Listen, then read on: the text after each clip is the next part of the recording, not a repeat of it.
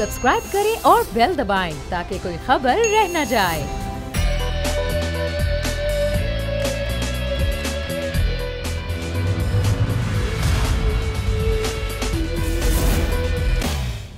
अस्सलामुअलैकुम। प्रोग्राम में मैं सुमैया रिजवान आपको खुश आमदीद कहती हूँ। ईद मुबारक।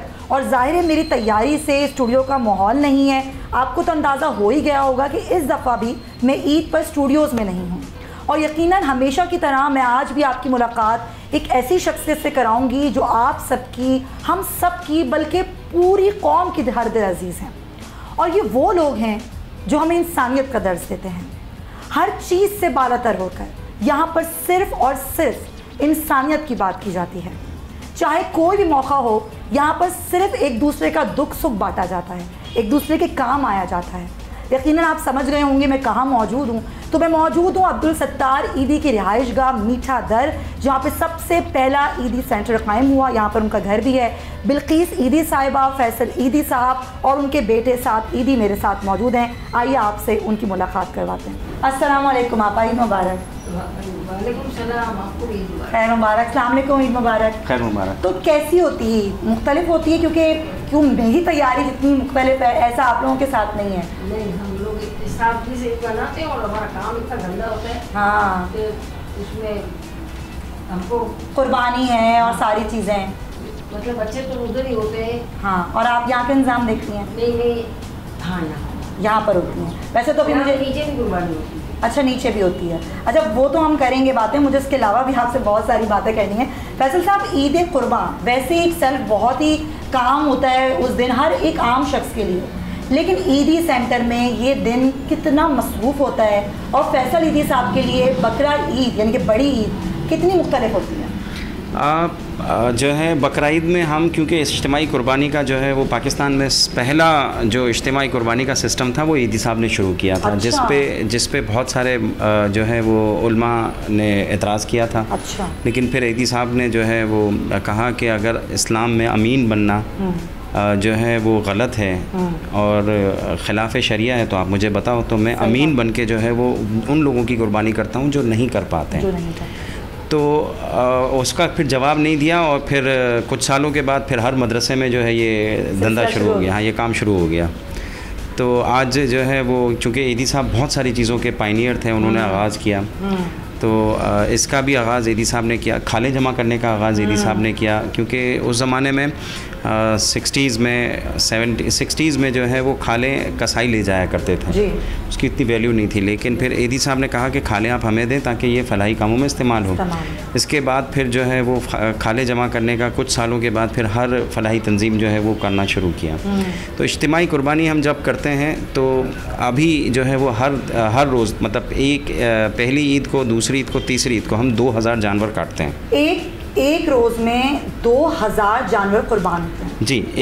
एक रोज़ में हम जो है वो एक सेंटर पे 2000 जानवर कुर्बान करते हैं। और अगर मैं 2000 का हिसाब लगाऊं तो 3 दिन में 60,000 जानवरों की कुर्बानी होती है। 6000 तकरीबन 6000 मुख्तलिफ सेंटर्स में होता होगा ना।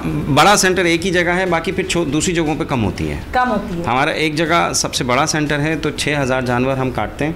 और फिर इसका जो बड़े पीसेस होते हैं फिर वो तकसीम करते हैं, हमारे मुख्तलिफ सेंटरों पे जाता है, हिस्सेदारों को जाता है और आबादियों में जाता है, मुख्तलिफ जगहों पे जाता है। आपका बहुत शुक्रिया, इतनी मसरूफ़ दिन में आपने हमारे लिए टाइम निकाला, क्योंकि ज़ाहिर है हम यहाँ जो बातें करेंगे वो पूरी कौम देखना चाहती है, सुनना चाहती है आपको। ईदी साहब की बरसी भी इसी महीने गुजरी। जी 5 बरस बीत गए और कितना आपा मुश्किल था ये सफ़र आगे लेकर चलना, क्योंकि आप तो हमेशा से ही साथ थी ईदी साहब के। मैं वहीं से शुरू करती हूँ।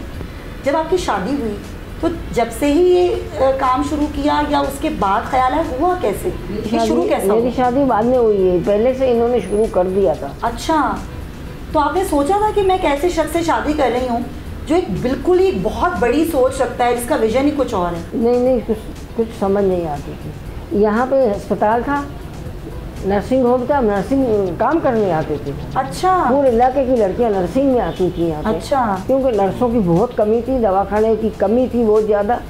कोई सुई लगाने के लिए बंदा नहीं मिलता था। अच्छा। ड्रिप लगाने के लिए भी नहीं मिलता था। अच्छा। तो इन्होंने नर्सिंग होम खोला और पकड़ के बोलते थे तुम काम करो, मैं तुमको सिखाऊंगा। तो आज वही सिलसिला चालू है।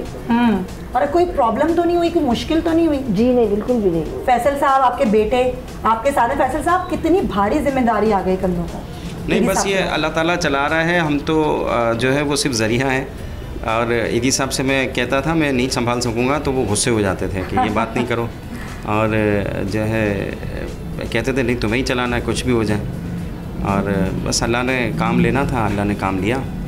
और जो है ये कोई बड़ा नहीं है काम, बस जो है ये हम सिर्फ इसका हिस्सा हैं खाली। ये काम बहुत बड़ा है, आपने इस काम को बहुत आसान बना दिया। आप माने मेरी बात, ये काम बिल्कुल आसान नहीं है, काम बिल्कुल छोटा नहीं है। आप बात करते हैं इंसान की, आप कोई मज़हब नहीं देखते, ये बहुत बड़ी बात है। जिस तरह आपने कहा, साथ से मैं पूछना चाहूँगी, साथ जब आपके बाबा ये कहते थे आपके दादा से कि मैं नहीं कर पाऊँगा, मुझसे नहीं होगा, कभी ऐसा होता है आप कहते हैं बाबा मैं नहीं कर पाऊँगा, मुझसे नहीं होगा ये काम?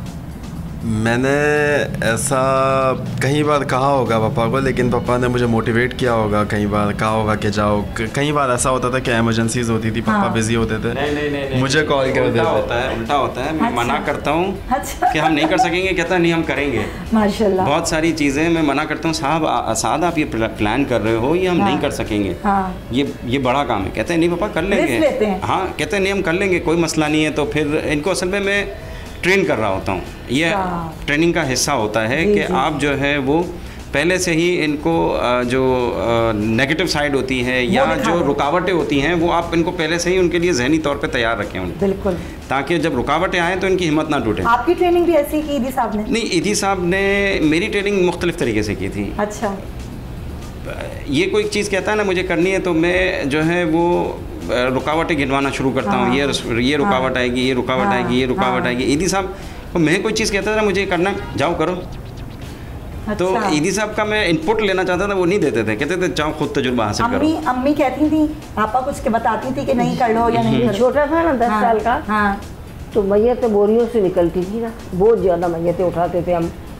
बस समझो कि एक मुश्किल आ गई थी, बहुत बुरा। तो ये 10 साल की उम्र में अपने बाप के साथ चला गया और पुल के नीचे से बोरी उठाए और उल्टा किया, तो पूरा आदमी में कीड़े पड़े हुए थे, आदमी नहीं था यार।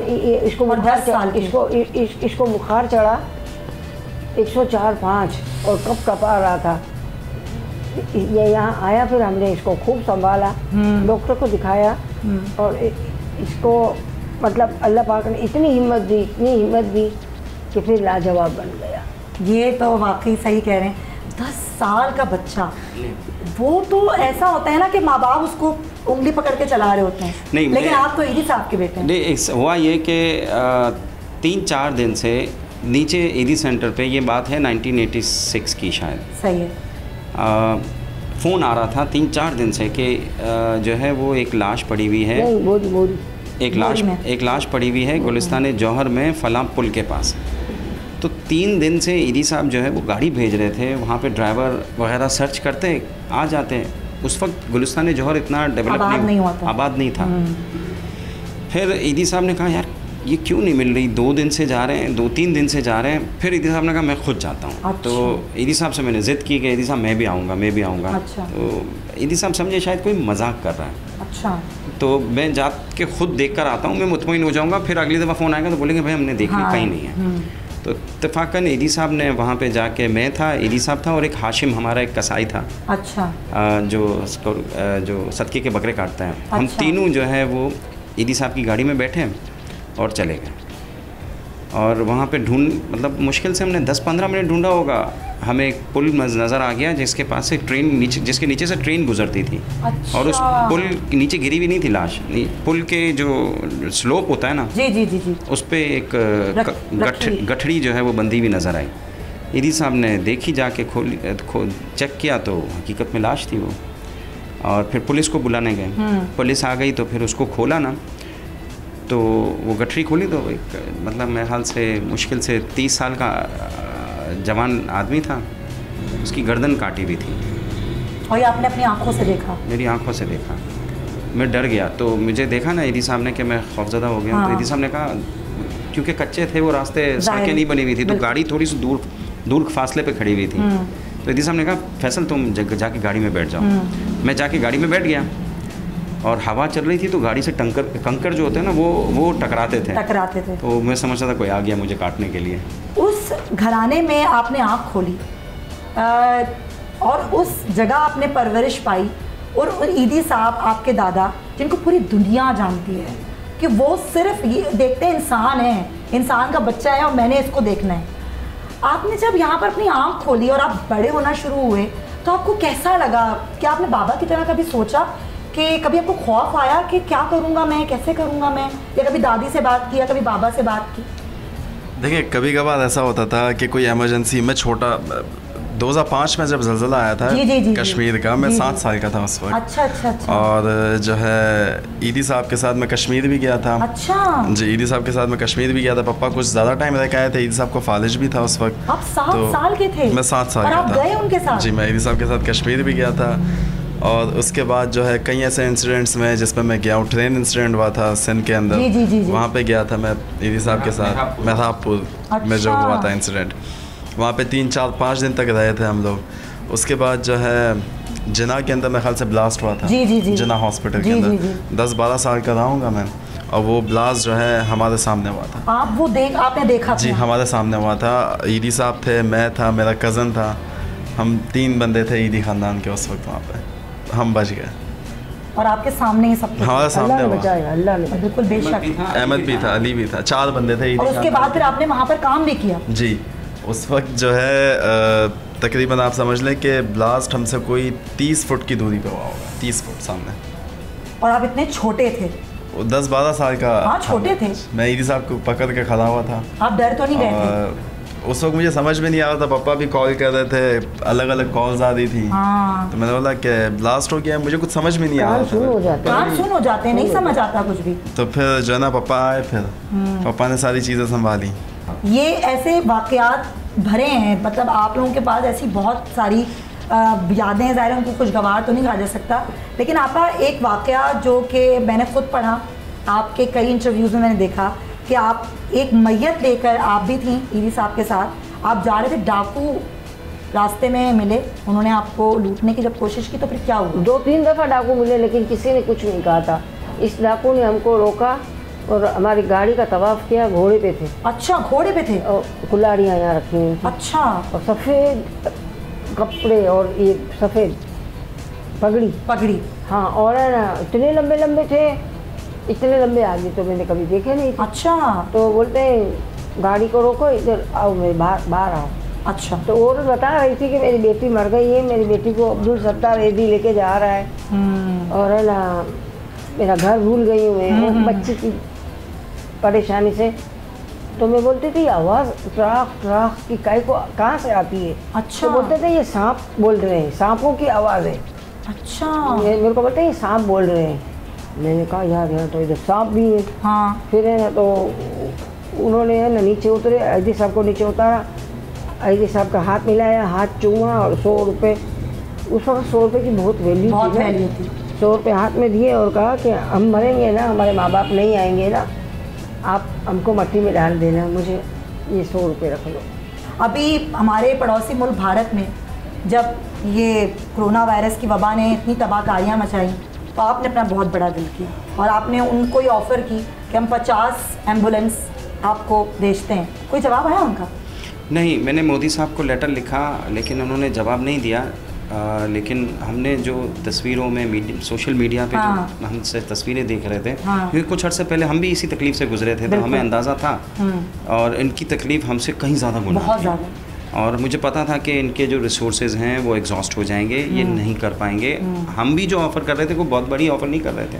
हमने लेटर 50 एम्बुलेंसेज का लिखा था। अगर वहाँ पे उन्होंने हमें काम करने दिया होता फिर हम मज़ीद भी एम्बुलेंसेज वहाँ पे मंगाते हैं। हम 100-150 तक गाड़ियाँ मंगवा लेते हैं और अपने दायरा कार को बढ़ाते, और जो मदद हो सकती ना खालिसतन इंसानियत की बुनियाद पे हम उनके काम आते हैं। और मुश्किल के वक्त काम आने वाला इंसान जो है वो फिर याद भी रहता है। लेकिन आपने बहुत बड़ा दिल किया। हाँ, इसमें हमने कोशिश की। और अब आपको तनकीद का सामना करना पड़ा? मेरे ख्याल से कुछ पाकिस्तानी जो इंतहा पसंद हैं उन्होंने 1-2 मैसेजेस आए, बाकी आम आदमियों ने जो है ना बहुत ही खुशी का इजहार किया, बल्कि इतने लोगों के फ़ोन आए कि फैसल हम आपके साथ चलेंगे वहाँ पे, लोगों को हमारी ज़रूरत है और बहुत मुश्किल में है, बहुत तकलीफ़ में है इंडिया इस वक्त। अच्छा, एक तो वो एशियन फ्लू था, ज़रा उसकी भी मैं बात करना चाहूँगी क्योंकि आपा हमें बताएंगी 57 में वो एशियन फ्लू आया और जिसने ऐसे ही वो पेंडेमिक था जैसा आज है कोरोना का, उस वक्त कैसे काम किया आप लोगों ने, किस तरह किया? 57 में हाँ, एशियन फ्लू के वक्त मैं जो नहीं थी, लेकिन उस वक्त आपको पता तो होगा ना कैसे काम किया सारा। वैसे साहब आप बताएं। 1957 में एशियन फ्लू जब आया तो एक ही ईदी सेंटर था यहाँ पे, एक ही था, एक ही ईदी सेंटर था, छोटी सी डिस्पेंसरी, बिल्कुल ये मीठा समझ लो ये कमरा बड़ा है। अच्छा, इससे चौथाई कमरा जो है वो नीचे जो है वो किराए पे था। अच्छा, किराए पे था वो? किराए पे था। तो अच्छा। ईदी साहब के पास वॉलंटियर्स की बहुत अच्छी तादाद थी। ये गली मतलब इस पूरे इलाके के लोग ईदी साहब के पास वॉलंटियर में रजिस्टर्ड होते थे। और जो यहाँ पे डॉक्टर ईदी साहब बिठाते थे ना, ये सिविल हॉस्पिटल के जो जिनका हाउस जॉब चल रही होती थी, अच्छा। उन डॉक्टर्स को यहाँ पे लेकर आते थे, क्योंकि अच्छा। पाकिस्तान में डॉक्टर्स की उस वक्त भी शॉर्टेज थी। तो जब ये आया, फिर हुकूमत के साथ मिलके ईदी साहब ने 14 कैंप खोले जिसमें वैक्सीनेशन लगाई गई कराची के अंदर 57 में 1957 में। और 14 कैंप्स खोले। ईदी साहब के पास वॉलंटियरों की बहुत बड़ी तादाद थी, बिला मुआवजा काम करते थे। हुकूमत ने जो है वो इनको वैक्सीनेशंस दी और बहुत बड़े पैमाने पे पाकिस्तान में जो है वो वैक्सीनेशंस लगी थी। हुकूमत का नेटवर्क कमज़ोर था, छोटा था, लेकिन यहाँ ज़्यादा बड़ी तादाद में काम हुआ। यहाँ पे ईदी साहब ने कैंप्स लगाए, टेंट लगाए, टेंट ही होते थे जी। और 14 टेंट लगे और उसमें लाखों लोगों को वैक्सीनेट किया गया। और सबसे बड़ा रिकॉर्ड जो है वो ईदी सेंटर का था उस वक्त वैक्सीनेशन का। ज़बरदस्त। ये इतनी हम पुरानी बात कर रहे हैं और ज़ाहिर अनगिनत वाक़यात हैं, अनगिनत खदमात हैं। हम यहाँ बातें करते रहेंगे, वक्त ख़त्म हो जाएगा, वो बातें ख़त्म नहीं होंगी। वो खदमात तो ज़ाहिर अभी भी ये सिलसिला जारी है। अच्छा, ये बात तो हो गई, लेकिन कुछ पर्सनल लाइफ कैसी होती है जब सब कामों से फारिग हो जाते हैं? ईद वाले रोज़ कभी बैठते हैं घर वाले कि चलो आज बारबेक्यू करते हैं? कुछ है साथ हंस रहे मेरी बात पे, साथ होता है कभी पार्टी वार्टी, बोलते हैं बाबा हम भी कुछ करते हैं? देखिए, सुबह नमाज पढ़ते हैं, हाँ। उसके बाद नमाज के बाद से ही जानवर कटवाते 5-6 बजे फारिग होते हैं। हाँ। फिर 5-6 बजे के बाद हिम्मत नहीं रहती कुछ करने की। घर पे जाते हैं पापा और मैं। मम्मी जो होती है वो कभी कभार नानी के घर चली गई, कभी किसके घर चली गई, लेकिन पापा और मेरी हिम्मत नहीं होती है, हम लोग घर पे ही सो जाते हैं। और तीनों ईदें हमारी ऐसे ही गुजरती हैं। और तीनों दिन ऐसे रहते हैं? तीनों दिन ऐसे ही गुजरते हैं। उसके बाद उस चले एक हफ्ते बाद फिर कहते हैं बाबा आप कुछ करते हैं हम भी करें, कोई बारबेक्यू पार्टी है, होता है ऐसा? बच्चे कहते हैं। मेरे जो कजन्स हैं ना, मुझे सिर्फ उनके नाम पता है। कजन्स के अलावा मेरी फैमिली में कौन है मुझे यही नहीं पता। ना करें ना हम लोग शादी में जाते हैं किसी की, कुछ भी नहीं करते हैं हम लोग, बहुत कम जाते हैं। मैं तो जाता ही नहीं हूँ शादी में। टाइम नहीं मिलता ना। हाँ, टाइम नहीं मिलता। दूसरी चीज़, कजन्स के अलावा मुझे पता ही नहीं है कि मेरी फैमिली में कौन है, और मुझे नहीं पता। ईदी साहब के 1-2 भाई हैं वो पता है मुझे, दादी माँ के 1-2 भाई हैं ये पता है, और उससे ज़्यादा आपको ये पता होगा कि सेंटर में लोग कौन? हाँ, वो मुझे पता है, उनके नाम भी आपको पता? मुझे पता है उनके नाम पता है, पूरा पाकिस्तान में पता है मुझे नाम उनके। पूरे पाकिस्तान के 5,000 लोग हमारे यहाँ फैमिली के हैं ना दाखिल हैं, वो भी हमारी फैमिली के लोग हैं। वो उनके नाम पता है? सबके तो नाम नहीं पता, लेकिन वो भी हमारी फैमिली है ना। जाहिर है वो फैमिली है, वो इमीडिएट हो गई ना वो तो। हाँ। लेकिन कभी नहीं होता कि साथ में बचपन में भी कभी जिद की हो बाबा ये क्या, बस हम काम करते रहते हैं, कहीं चलते हैं बाबा, कभी साथ बचपन में थे, जिद्दी थे? हाँ, मॉडल बनने का इसको शौक उठा था। तो किसी मॉडलिंग करवाते हैं। किसी इसके दोस्त ने कहा तुम बहुत खूबसूरत लगते हो, तुझे मॉडल बनना चाहिए। तो इसको शौक उठा, फिर मैं इसको बंद कमरे में ले जाके 2-4 दफ़ा मारा। नहीं, फिर सही हुआ। नहीं, ऐसा कुछ नहीं हुआ था। उस वक्त जो है ना 10, 12, 15 साल की उम्र थी, तो जो है थोड़ा सा शौक हुआ था, लेकिन फिर बाद में समझ आया काम में। जब मैं फील्ड में घुसा तो फिर मैं काम में ही लगा था। अभी किसी चीज़ का शौक नहीं है, अभी ये काम करने जाओ हमारी, अभी हमें सुकून हो जाएगा। अभी जो है सुबह से उठते हैं तो काम पे लगते हैं, फिर रात को आते हैं घर पे, और कोई शौक नहीं है। अगर कहीं जाते भी हैं, ईदी साहब के साथ इंग्लैंड गए, कई जगह गए, दुनिया में घूमे, लेकिन इंग्लैंड भी गए तो कहीं घूमने नहीं गए।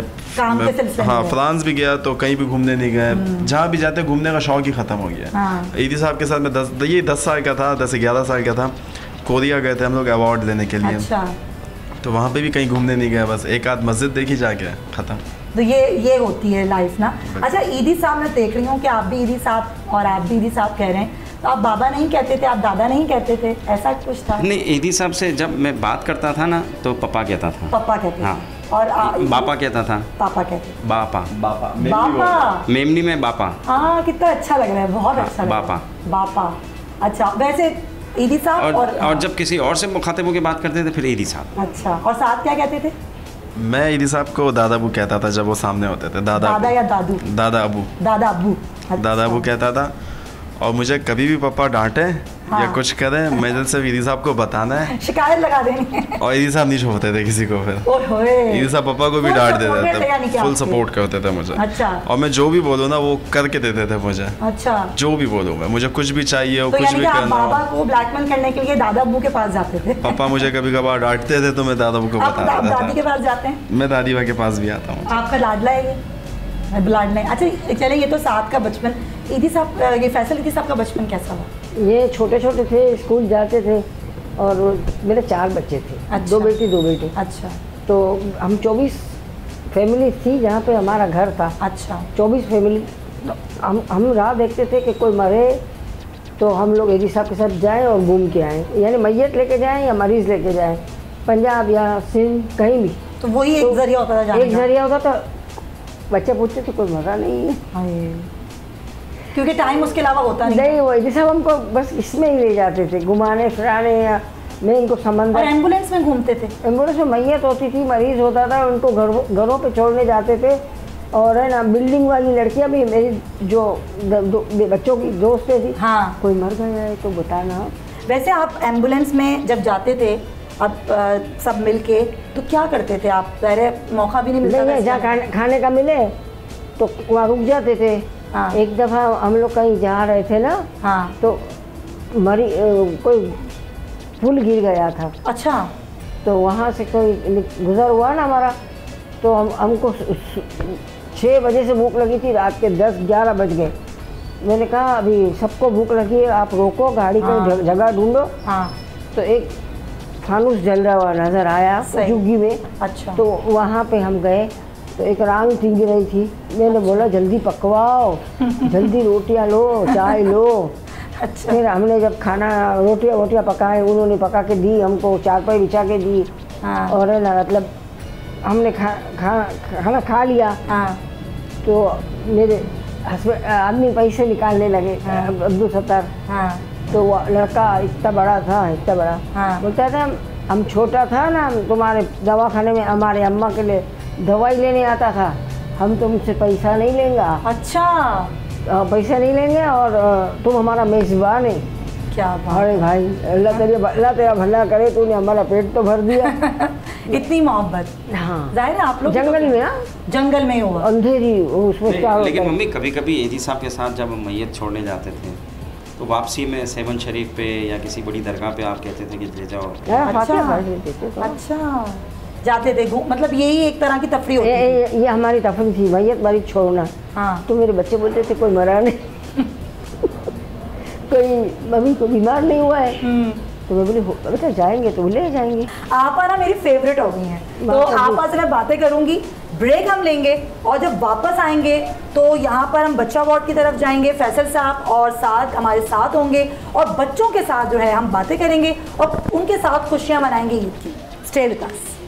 शादियाँ करवाई हैं, कितनी शादियाँ हुई हैं यहाँ पर? कुछ अंदाजा है? सैकड़ों शादियाँ हुई हैं। सैकड़ों शादियाँ, लड़कों की भी लड़कियों की भी। लड़कों की भी होती है, लड़कियों की भी होती है, इसकी भी करनी है। पाकिस्तान जा, पाकिस्तान जा, पाकिस्तान जा, पाकिस्तान।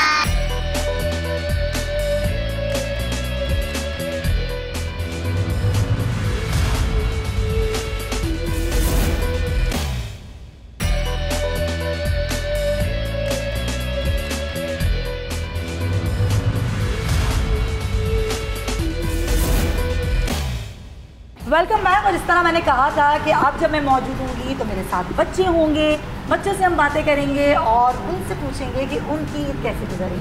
अस्सलामु अलैकुम वरहमतुल्लाह। वालेकुम अस्सलाम वरहमतुल्लाह। ईद मुबारक। ईद मुबारक। ईद मुबारक। माशाल्लाह भाई, हम आवाज़ होके बोलते हैं। फैसल साहब, इतने प्यारे प्यारे बच्चे हैं यहाँ पर, और ज़ाहिर है आप सबके ही बच्चे हैं। क्या कहानियाँ हैं और कैसे रहते हैं, ईद त्यौहार क्या होता है? ये बस मिलजुल के रहते हैं, यहीं पे स्कूल पढ़ते हैं, यहीं पे सारी जो है वो जो भी सेमिनार या जो भी मतलब जो आती हैं ईद वगैरह ये मनाते हैं। और विलेज घूमने जाते हैं ना? अरे वाह, चिड़ियाघर भी जाते हैं। और कौन सी जगह पसंद है? हैं? क्या? अच्छा हैं तो पता नहीं, मनोड़ा जाते हैं। अच्छा, मनोड़ा जाते हैं। अच्छा वैसे मनोड़ा में डूब जाते हैं। हाँ, किश्ती में नहीं बैठना। स्विमर है स्विमर हो आप? ये डुबा देने नहीं, वाला, उम्र तो हो। ये डुबा देने वाला स्विमर है। इनको माइक दे। क्या नाम है? उमर। उमर। उमर तो स्विमर है, मुझे पता चला है, अभी साद भाई ने बताया है मुझे। स्विमिंग करते हो? आती है? इसको तो आती है स्विमिंग। आपका क्या नाम है? हसनैन। है? हसनैन। आवाज़ ही नहीं आ रही। हसनैन। हसनैन। हसनैन स्विमिंग आती है? अरे वाह। अच्छा ये बताओ कि गाना किसको गाना आता है? कौन सुनाएगा? पोयम तो आती होगी। कौन सा गाना सुनाओ? कौन सा वाला आता है? पोयम आती है। कौन सुनाएगा पोयम? आप सुनाएगी? कौन सी पहले तय कर लो, कौन सी? पहले तय कर ऐसा लो। नहीं, हर कोई अलग अलग। हाँ। चिड़िया के घर पीने जाए। आती है चिड़िया के ये घर? सुहाना सुनाएंगी। मुझे आती आपको भी आती है? तो कौन सी सही रहेगी, सुनाओ। बताओ। चिड़िया के घर पे पता नहीं कहाँ। चिड़िया के घर पे। इनको माइक दे। चिड़िया के घर पीने जाए, चिड़िया के घर जोर से, जोर पीने से। जाए, जंगल के सब साथी आए, जंगल के सब साथी आए, कौवे के सिम गाए गाए, कौवे के सिम गाए गाए, कौवे बोले अम्मी आए, कौवे बोले अम्मी आए, नोयम लाई मैना आई, कोयम लाई मैना आई, मैना की है मैना आई, मैना की है मैना आई, चिड़िया दौड़ी दौड़ी आई, मुर्गे दौड़ी दौड़ी आई, चुचू करके बच्चे लाए, चुचू करके बच्चे लाए, बूढ़े लाए बच्चे आए, बूढ़े लाए बच्चे आए, मेहमा बहुत अच्छे आए, मेहमा बहुत अच्छे आए, चिड़िया चाय बना कर लाए, क्या बात है। चाय बना कर लाए, एक प्याले सबको बुलाए, एक प्याले सबको बुलाए, चिड़िया के घर पीने जाए, चिड़िया के घर पीने जाए, जंगल के सब साथी आए। क्या बात है भाई, क्लैपिंग। वैसे उमर, ये पोयम तो सबको आती है भाई, सबको ही आती है पोयम तो। किसने सिखाई? टीचर ने। कौन सी वाली? टीचर को भी टीचर का बुलाएंगे नाम हम। क्या है? अभी बुलाएंगे हम टीचर को। शाहिदा टीचर और शुगर टीचर। फैसल साहब माशाल्लाह, बच्चे जिस तरह रह रहे हैं और जितने मोहब्बत से आपने रखा हुआ, लग तो नहीं रहा कि ये आपके साथ हैं, यहाँ हैं, अपने घरों में नहीं है। क्या क्या कहानियाँ होती हैं इनकी, कहाँ कहाँ से आते हैं? और सबसे नया बच्चा और सबसे पुराना बच्चा यहाँ पर है, मौजूद है? जी हूँ मेरे। और मतलब मुख्तलिफ वजूहात होती हैं, किसी की क्या होती है, किसी की क्या घरेलू परेशानी हो, कभी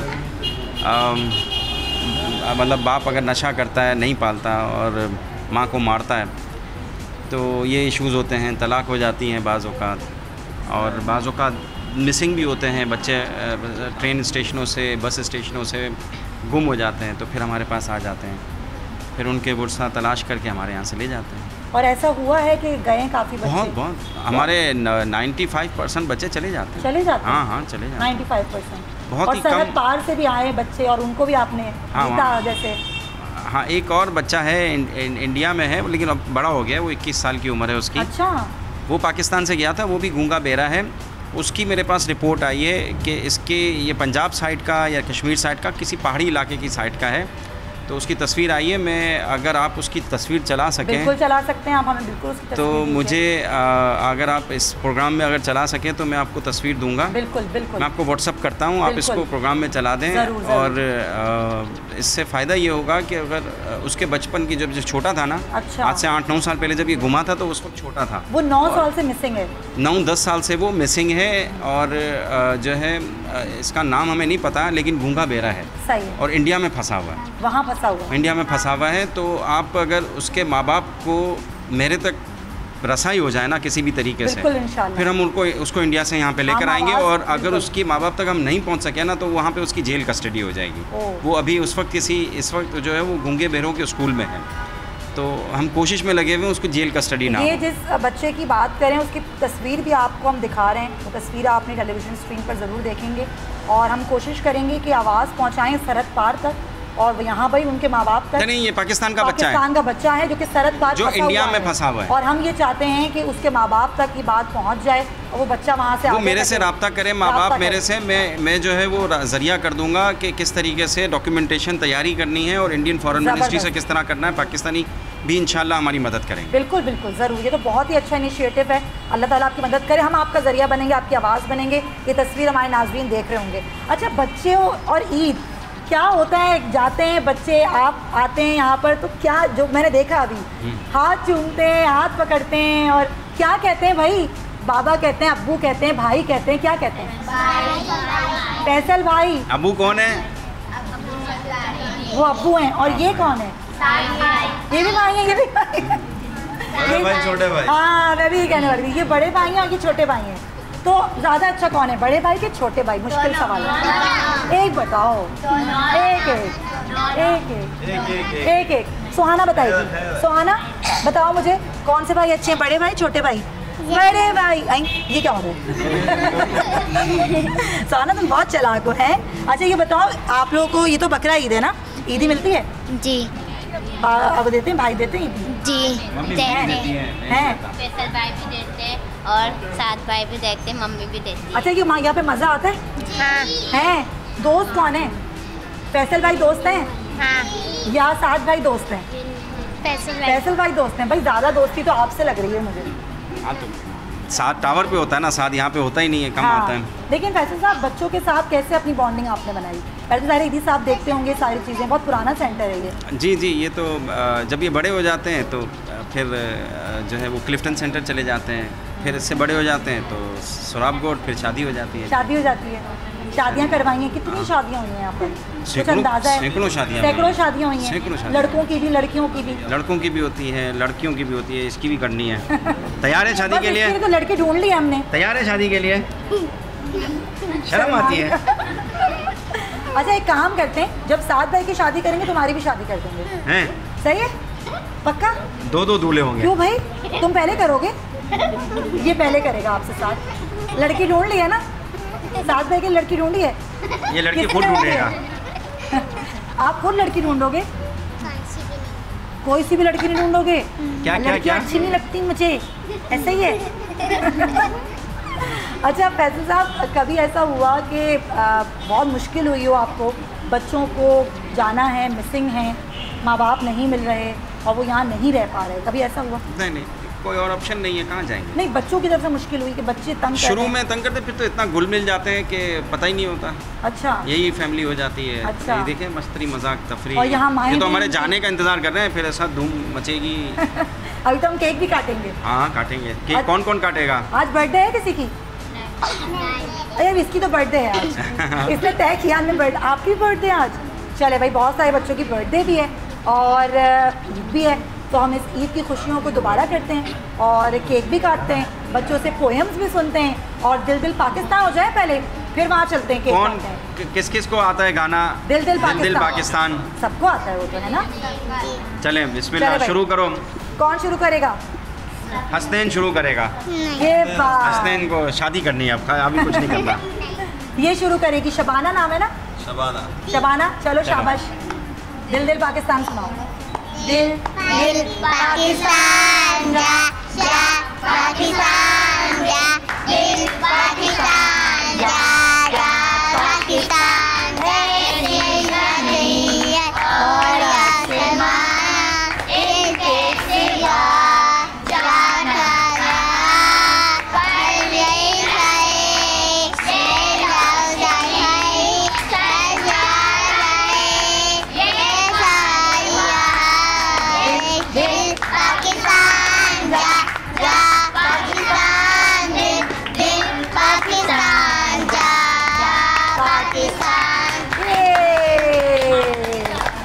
जबरदस्त, आपने तो बहुत ही प्यारा गाया, इतना प्यारा गाना गाया। क्या नाम है इनका फैसल साहब? किसका? इनका क्या नाम है? दानिश। दानिश क्या नाम है? चलें, वो दानिश, कभी-कभी बोलता है। दानिश नाम है और बहुत खुश है। मुझे लग रहा है आपको देख के बहुत खुश है। चलें दानिश, केक काटें। केक खाओगे? दानिश केक काटना है? केक खाना है इसको, केक काटना नहीं खाना है। है। चलें भाई, केक काटते हैं, केक लेकर आए और फिर हम केक काटते हैं और फिर यहाँ पर यहीं पे केक खाना- काटते हैं। बिल्कुल, केक लेकर आते हैं। तो थैंक यू बोलो सुमैया बाजी को। वेलकम, ईद मुबारक। चलें, ईद का काटेंगे केक ना? काटते हैं। काटे फिर? बिस्मिल्लाह। चलें। ईद मुबारक। ये हुई ना बात। कटे जा रहा है केक। बस भैया, दूसरे केक की बारी ले लेते हैं। ये जबरदस्त। अब दूसरा केक, बस दो केक काटने हैं। दो केक काटने, एक साथ काटेंगे। एक साथ काटेगा हाँ। तो फिर वहाँ से काटो। चलें जी, अब साथ के साथ बैठी हैं सुहाना और बिलाल। 1 2 3, ईद मुबारक। बस मुझे नहीं आता काटना। चलें जी, अब ये केक कौन खाएगा? मैं खाऊंगी दोनों केक? नहीं, ये हम सब खाएंगे। चलें भाई, केक स्पून ले आए, सब केक खाएंगे। तालियां। खा लो, नखरे कितने कर रहा है लड़का। इसको शर्म आ रही है शादी की वजह से। अभी नहीं करे तुम्हारी शादी, पहले 7 बजे की शादी होगी, ठीक है?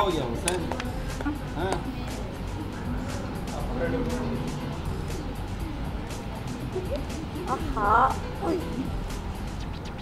सुहाना किसके हाथ से केक खाएगी? ये तो ये लो साहब। किसके हाथ से खाएगी? फैसल भाई के हाथ से खाएगी, मेरे हाथ से खाएगी, मेरे हाथ से खाएगी। चलो, और मुझे नहीं खिलाएगी? खिलाओ मुझे। Thank you, thank you. चलो भाई, अभी आप दोनों खा लो, मैं बहुत दूर हूँ। पकड़ो पकड़ो, शाबाश।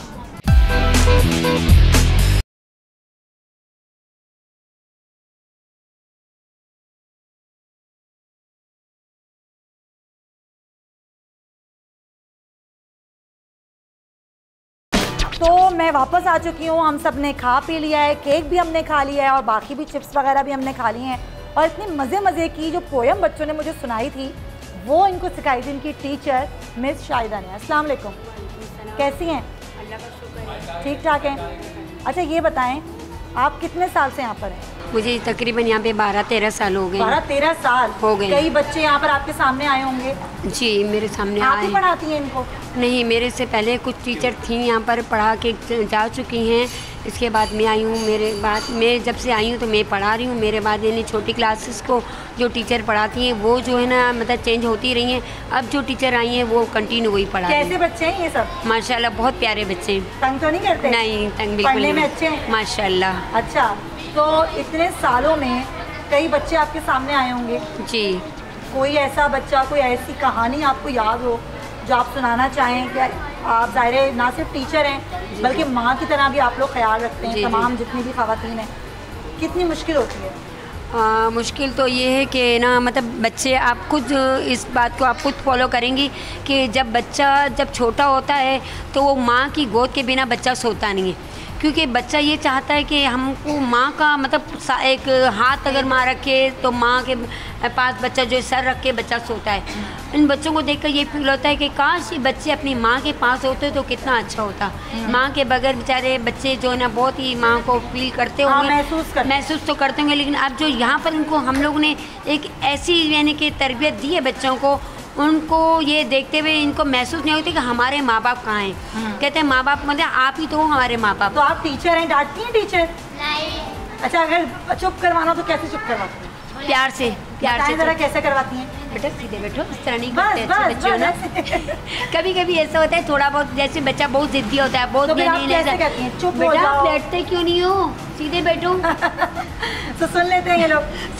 अच्छे बच्चे हैं माशाल्लाह, बहुत प्यारे। तो कभी ऐसा हुआ कि किसी बच्चे ने बहुत शरारत की हो और बात ना सुनी हो, जो यहाँ पे शरारतें हो रही हैं, फिर कभी ऐसा हुआ कि आपने पिटाई लगाई हो या पनिशमेंट दी हो, खड़े हो जाओ यहाँ पे हाथ ऊपर करके? एक्चुअली ऐसा है ना, पिटाई तो हम नहीं करते हैं, बाकी ये है कि थोड़ी देर क्लास में खड़ा कर देते हैं कि बच्चे को ऐसा लगे हमको पनिश मिले कि हम शरारत। सबसे अच्छा बच्चा कौन सा है यहाँ पे? सबसे अच्छा तकरीबन सारे बच्चे अच्छे हैं, किसी का नाम लेने से माँ तो वाली बात की बेहतर आपने नहीं नहीं, सारे बच्चे जैसे माँ के आगे जो ना बेटा बेटी सब बराबर होते हैं। हाँ। एक्चुअली मैं एक और बात बताऊँ कि जब बेटा बेटी घर में दोनों जाने होते हैं, अगर माँ अगर बेटी को बजाय अगर बच्चे को ज़्यादा बेटे को ज़्यादा रखती है तो बेटी झलस पड़ती है, हाँ माँ आप तो बेटी को रखती है, हमको तो रखती नहीं है। वो वाला हिसाब हम जो है ना नहीं करते हैं, और वैसे भी नहीं करते हैं, नहीं हम बिल्कुल भी नहीं करते हैं। तो ये बताएं कि इतनी प्यारी प्यारी तैयारियाँ की हुई हैं, क्या करते हैं ईद पर? हम ईद में खेलते हैं जी। और ये तैयारी कौन करवाता है आप बताएं? वो बड़ी बाजी करवाती हैं। अच्छा, शौक किसको है सबसे ज़्यादा तैयार होने का? सबको लग रहा है वो। तो आपकी तैयारी किसने करवाई है? क्या करती हैं आप ईद पे, क्या करती हैं? खेलती हैं जी। और आप क्या करती हैं? हम बहुत खुश रहते। और आप क्या करती हैं? मैं बहुत खुश है कि ईद आती है, हम लोग कितने मज़े से खेलते हैं। फैसल भाई आते हैं, हाँ, भाभी जैसे आज आती मज़ा आया जी, भाभी आती है, हम लोग इतना खुश होते हैं कि इतना कुछ हम लोग को मिला। मज़ा आता है जी। और आज भी हमने बहुत मज़ा किया। अच्छा, तो ये बताएं कि आपकी तैयारी किसने करवाई है? बड़ी बाजी। और आपकी भी बड़ी बाजी?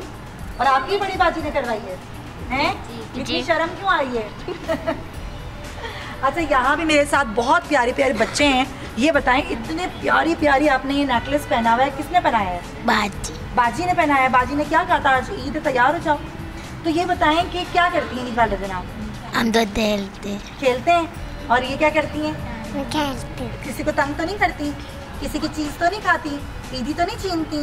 ईद पर तो ऐसा कुछ नहीं किया था, हैं? और बारबेक्यू पार्टी कौन करता है?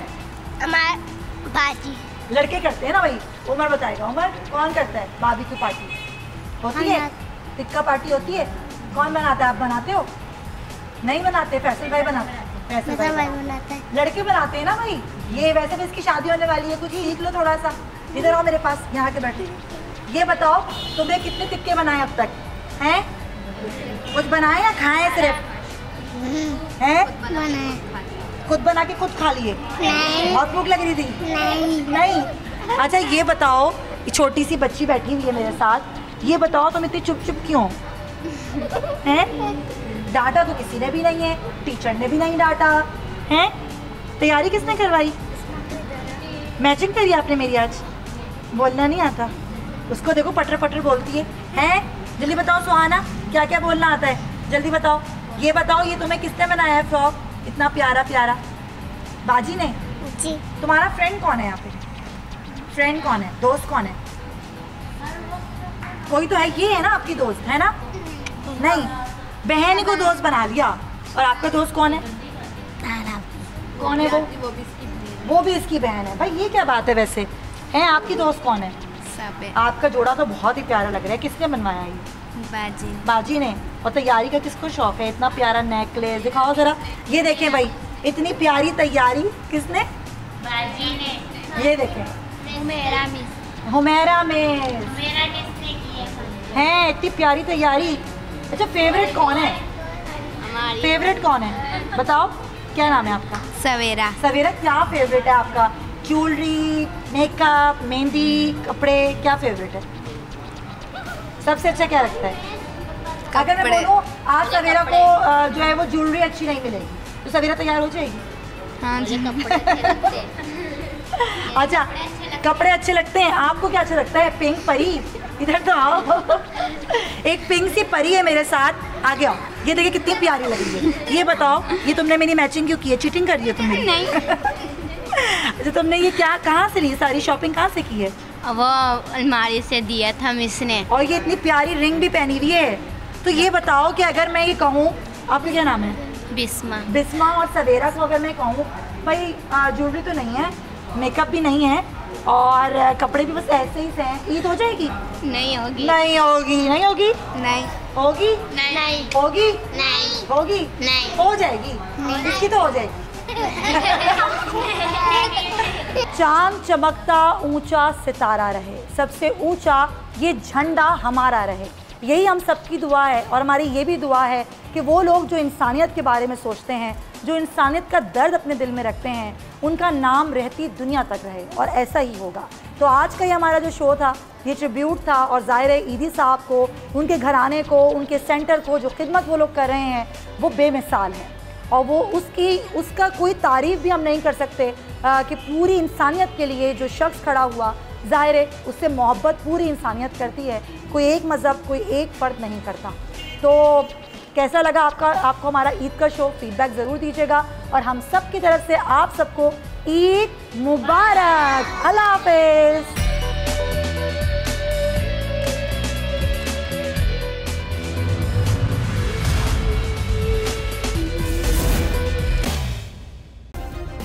सब्सक्राइब करें और बेल दबाएं ताकि कोई खबर रह न जाए।